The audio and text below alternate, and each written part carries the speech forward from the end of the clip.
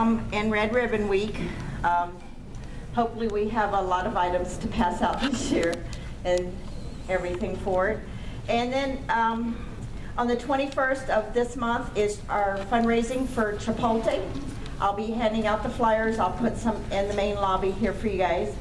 Also November will be Hometown. We'll be selling the tickets for Hometown. And December is going to be Applebee's, and that's a breakfast. We'll be selling the tickets for that.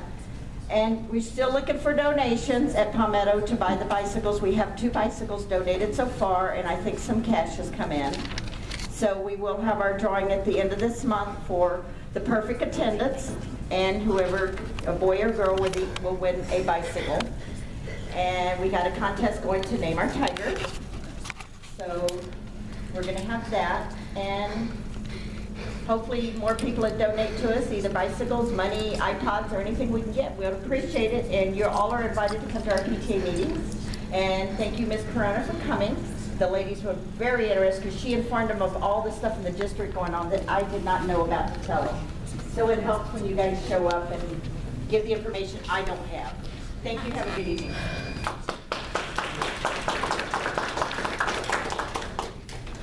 Our next speaker is Mo Mendoza.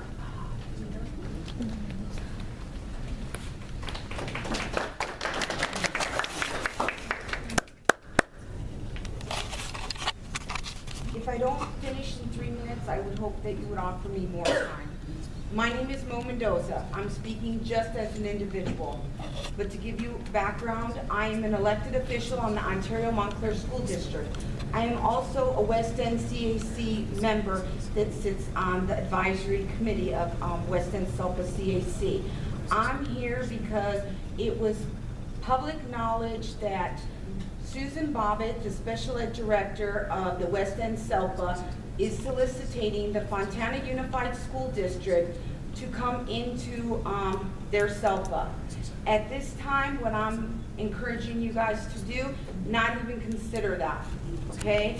The financial hardship that they put on to the school districts, they don't listen to the parents, and they also don't even listen to CDE sometimes.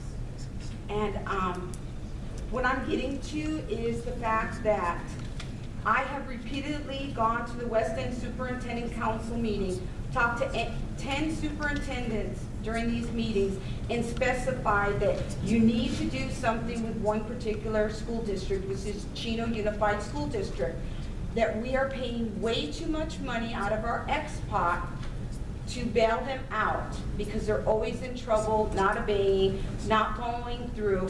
Well, they just got a letter that that we, all 10 school districts, might possibly get sanctioned because of what Chino did, which means we might be out $2.8 million.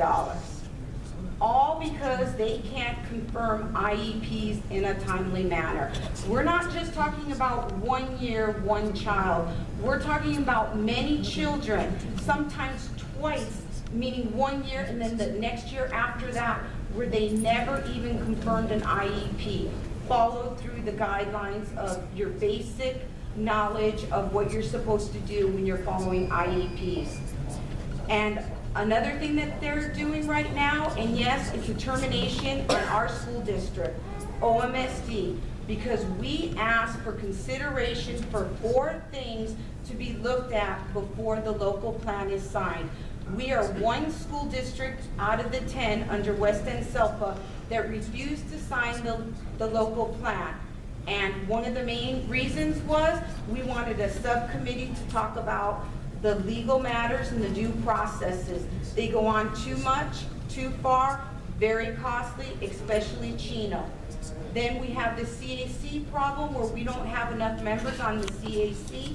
We came to an idea of having an alternate, and they don't want an alternate, but yet Susan Bobbitt, the director of West End SELPA, is allowing 1 CAC agency, which is the Inland Regional Center, have an alternative, but not our school district or any of the other 9 school districts. I'm going to stop you now because I'm going to refer you to Mr. Duenas.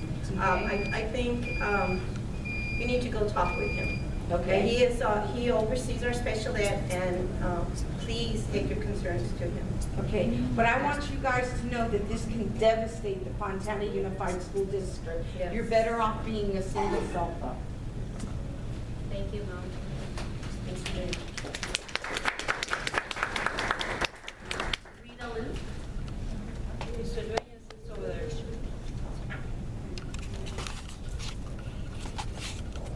Good evening. My name is Rita Luth, and I am a parent from the West End Selva.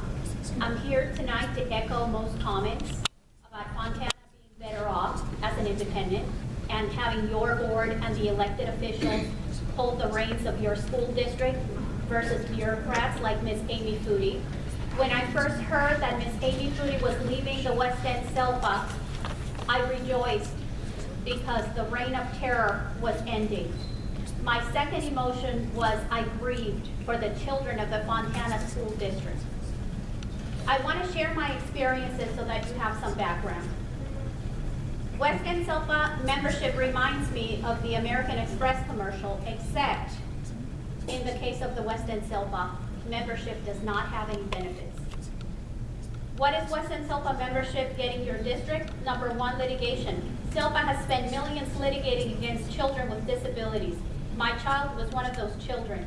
I had to take SELPA all the way to the Ninth Circuit Court of Appeals to prove them wrong.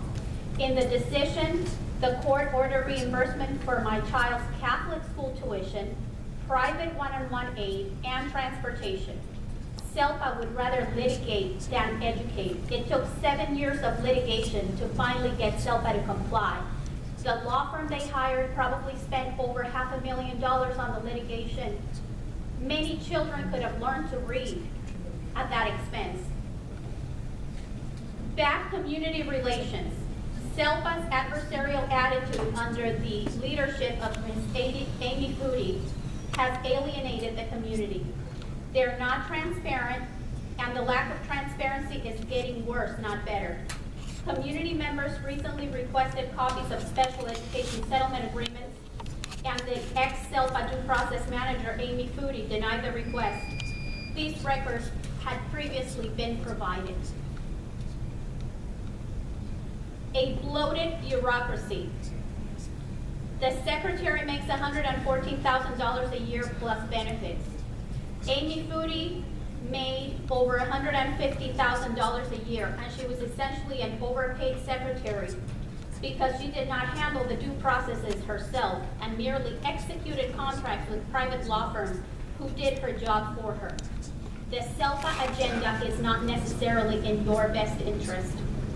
We saw an example of this a couple of years ago when SELPA lobbied to get under the name of the Coalition for Adequate Funding in Special Education with our tax dollars. They wanted to restrict the amount of funding of $91 million so that the money could only be used for SELPA staff, limiting the ability of your district to use that money. Please do not affiliate with the West End SELPA. Thank you.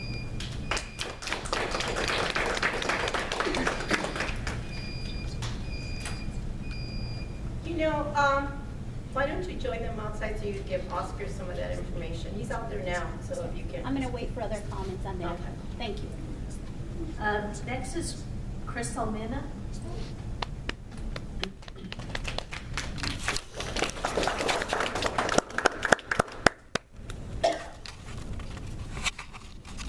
Good evening, board members, superintendent, and audience. My name is Priscilla Mena, and I'm a new parent to the Community Advisory Committee at the West End Selpa. Like I said, I'm kind of new, so I'm pretty shocked of a lot of the stuff that I get to hear.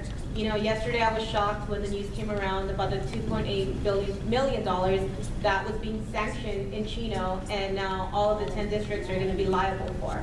Also, the termination of Ontario Montclair School District. From what I'm aware of, the CAC is supposed to be known first when any of this stuff happens, when it goes to the superintendent council meetings. Well, we're not being aware of anything that's happening. I was aware at one of the meetings that we attended that Ontario Montclair School District was going to be terminated. So by that being said, it wasn't even an agenda item, and the voting took place right then and there.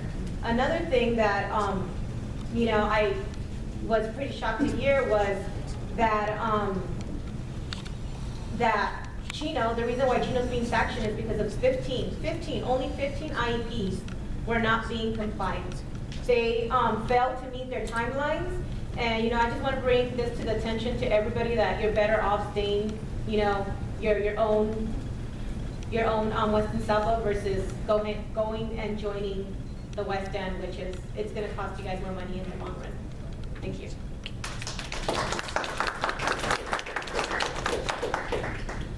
Thank you. Next is Martina Rangel Ortega.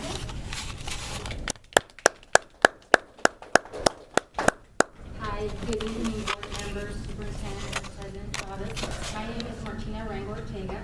I am a parent of a special education child, and I am here because I have several concerns for the Fontana special education students, and I'm here to warn you guys. On September 8th, there was a community advisory committee meeting that I attended at Weston Silva. The Weston Silva director announced that Amy Foodie was not able to give the presentation because it was her last day, September 8th. So how can the director of Weston Silva then state that she is going to bring to the superintendent's council meeting that Fontana would join Silva? Amy Foodie had not even started her position in Fontana, and they, meaning the Weston Silva director and Amy Foodie, were already counting on the merger.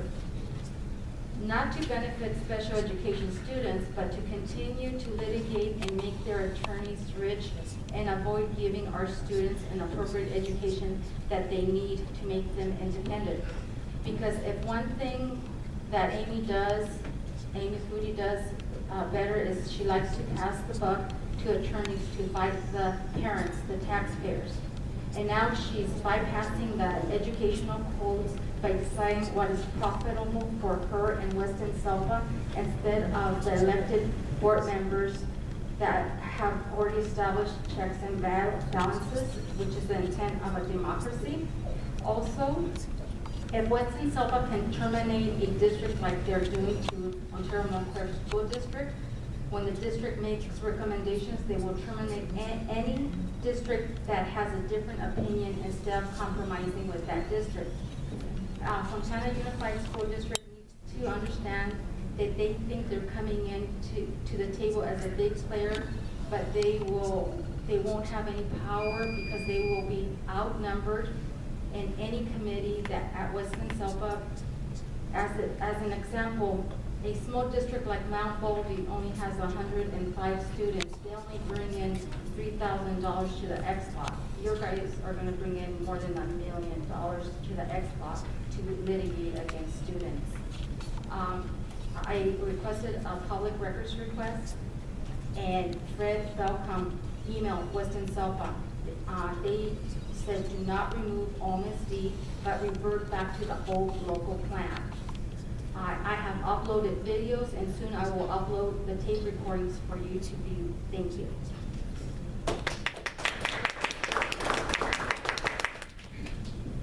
Next is Eddie Neighbors.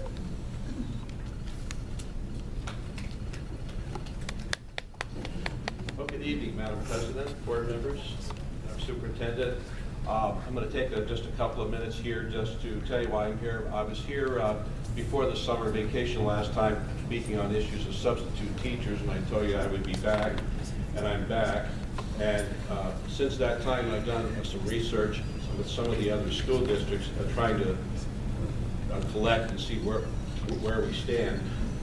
My goal here is to brief time, not to go over a lot of the issues here, but to request that we have an open dialogue on some issues. If any of you are interested, either administration, I've been in HR, payroll, whatever it is, if you want to talk about some of these things to help out the issue of substitute teaching. Some of the problems quickly, we had Mr. McLaughlin here a few years ago. He and I sat down and we had some issues that we agreed on and some we agreed to disagree on. We never had a handbook. He formed a handbook. I looked at the rough draft. He left, and I haven't seen that handbook since. We're one of the few districts that doesn't have a handbook. Part of the problem is because there's no clear definition as to what a substitute teacher is supposed to do and what they're not supposed to do. Therefore, with no documentation. It's left up to the individual to where they go, and they make it up as they go. So you get a complete variety.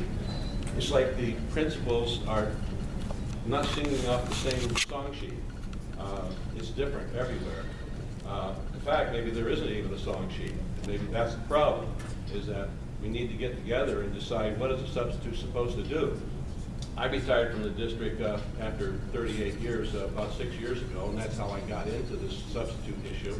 I've just completed 11 days for a family member that lost a spouse.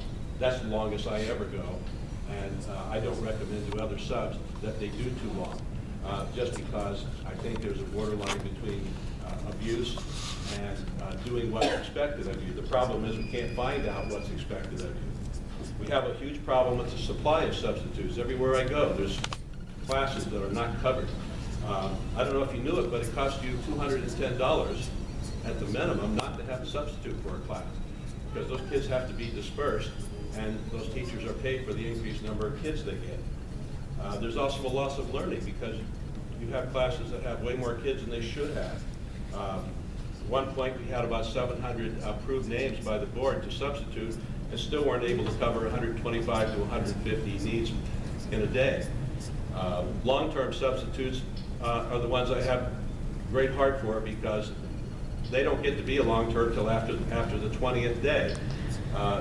They're asked to do everything from write lesson plans, do bulletin boards, contact parents, do parent conferences, report cards, attend staff meetings. Just, they want you to do everything that the regular teacher does. That's some people's interpretation. We can't find out because there's nothing written. Mr. Davies, I want you to go speak with Ms. Brenda and get some information to her, please. And I think she has more of a handle right now of what we're doing with our substitutes and the handle. So please go. Okay, I would be happy to do. That's why I'm here. Thank you very much. Thank you, sir. Thank you.